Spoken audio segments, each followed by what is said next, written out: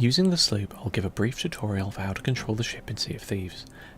Once you've climbed one of the ladders to board the ship by pressing F, you can do the same with the ship's wheel. Turning it left steers left, and turning it right turns it right. The capstan, located on the back of the sloop, can be pushed to raise the anchor and enables you to move. Interacting with it again will lower the anchor. Until you do this, you're effectively locked in place, which is why sometimes when you're boarded, they'll lower your anchor in an attempt to make you easier to fight. To start moving forward, instead of turning in place, you'll need to lower the ship's sails, like so.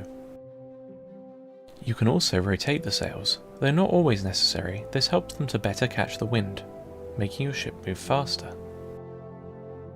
This speed boost isn't always possible to catch if you're going on a predetermined route, but when evading capture, or a battle of some kind, it can really help.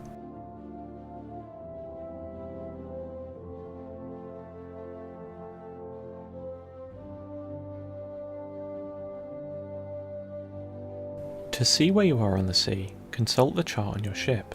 You can zoom in and out with the scroll wheel, place markers by clicking on it, and exit it again by pressing F, which always seems to catch people out.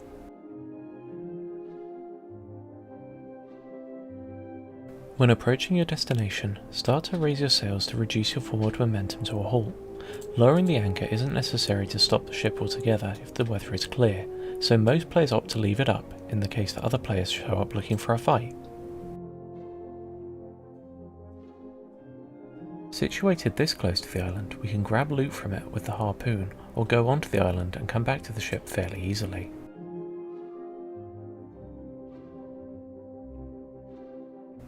If you're not careful, however, the ship may bump the terrain and take damage. In this case, or in the case of a fight, grab some wood from the wood barrel to repair it, holding left click over the hole. If left unpatched, these holes will flood the ship with water and sink you. You can access your item wheel at any time by holding down Q, mousing over the thing you want, and letting go of Q. With water on the ship, we'll need to do the same with a bucket to bilge it. Some damage can be too great to fix, however. Using this TNT barrel as an example, I'm going to detonate the inside of the ship. Not only did it do immense damage to the ship, it also killed my player character. With no crewmates to revive me, I choose to die and respawn. After a short wait in the death lobby area, I'm back on the ship. Unfortunately, while player death in Sea of Thieves isn't very punishing, having been unable to repair the ship definitely is. Losing your ship means losing all of the loot you have on board. Player versus player fights, therefore, will often devolve into who can sink the other player's ship the fastest, as it functions as a respawn point as well as a place to store your loot. Your loot is also vulnerable if left unattended, as it's freely able to be stolen. At this point, despite pulling up the sails, there's just too much water on board to keep it afloat.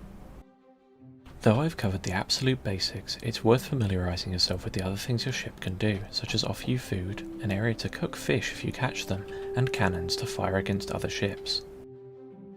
When your ship sinks, it will respawn somewhere completely different, hopefully away from the aggressive players that you had to deal with.